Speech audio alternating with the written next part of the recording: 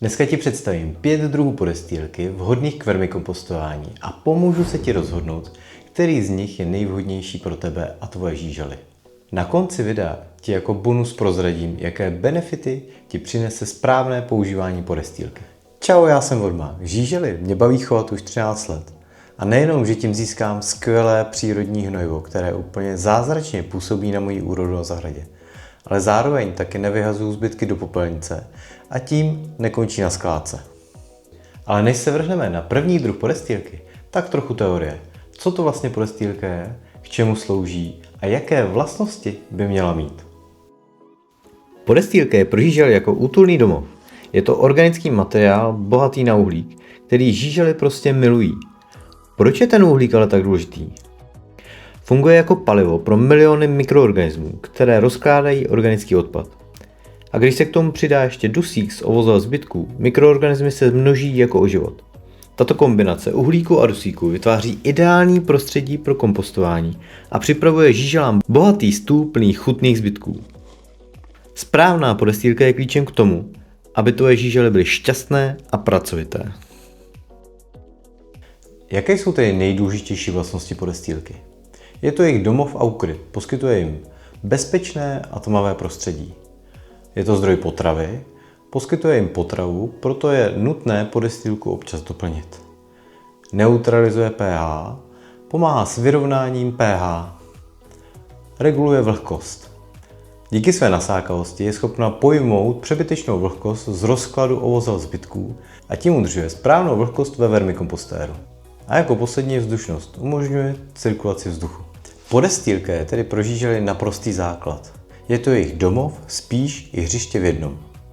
A teď se pojďme podívat na 5 druhů podestýlky, které se pro vermikompostování skvěle hodí. Hobliny jsou pro většinu z nás snadno dostupným zdrojem podestýlky. Já je doporučuji používat hlavně u větších vermikompostérů, protože jim trvá neskutečně dlouho, než se rozloží a v nich na to budou mít čas. Jejich poměr C/N je větší než 100:1, jsou dobře nasákavé a v závislosti na druhu dřeva je jejich pH neutrální až mírně kyselé. Velmi dobře vermikompostér provzdušní, což je důležité pro aerobní procesy. Nevýhodou může být to, že obsahují pryskyřice, které mohou být pro žížaly toxické. Suché listí můžeš proměnit v cennou podestýlku a na podzim je ho všude dost a dost. Poměr C/N je 50 až 80:1, je středně nasákavé a relativně rychle se rozloží, čím se do vermikompostu dostanou prvky jako je uhlík, dusík, fosfor, vápník a hořčík. Suché listí dobře provzdušný vermikompost většinou je pH neutrální až mírně kyselé. Jen si musíme dát pozor na to, aby jsme spolu s listím si tam nezavedli nějaké nezvané návštěvníky, nějaké housenky, larvy, cokoliv. Kokosové vlákno je oblíbeným druhem podestýlky pro jeho velkou nasákavost a rychlý rozklad. Vermikompost velmi dobře provzdušní, je mírně kyselé a koupíte ho ve formě takovýchto lisovaných kostek, kterou když dáte do vody, tak nabyde a rozpadne se. Kokosové vlákno se k nám dováží a musíte ho kupovat. To jsou asi jeho největší nevýhody. Karton má vysoký podíl uhlíku, 563:1, je pH neutrální, hodně toho nasákne, dobře se rozkládá, je velmi snadno dostupný a skvěle provzdušný vermikompost. Jedinou jeho nevýhodou je pracnost přípravy, pokud tedy nemáte skartovačku. Ideálně alespoň na 18 listů. Předkompost je částečně zkompostovaný materiál, který slouží zároveň jako potrava i podestýlka. Proto ho žížaly tolik milují. S ideálním poměrem C/N 30 až 50:1, skvělou nasákavostí a velmi rychlým rozkladem je dobrou volbou. Všechny tyto materiály můžeme použít samostatně. Daleko lepších výsledků ale dosáhneme, pokud je nakombinujeme. Já nejčastěji používám kombinaci kartonu a předkompostu. Kdy tedy mám použít podestýlku? Podestýlku použijeme vždy, když zakládáme nový vermikompostér anebo nové patro v něm. Je potřeba ji mírně navlhčit. Já ji ponořím do vody a nechám ji okapat.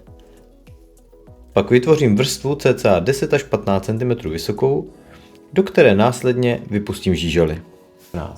Protože žížaly budou svoji podestýlku postupně ujídat, tak je potřeba ji doplňovat. Nejlépe při každém krmení, kdy zároveň poslouží k nasáknutí přebytečné tekutiny z rozkládajících se zbytků.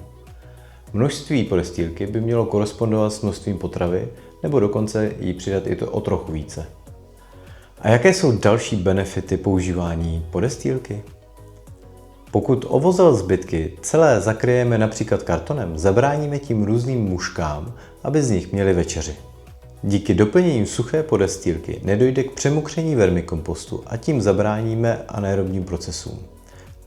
Tedy tomu, aby se díky velké vlhkosti nedostal všude kyslík a začaly vznikat patogeny.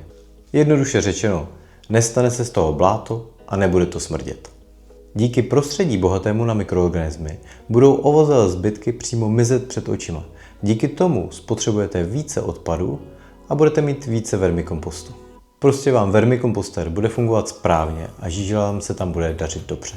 Tak tohle byl výcud o podestýlce. A jestli chceš vědět víc, tak se mrkni na poslední stream, který je plný informací.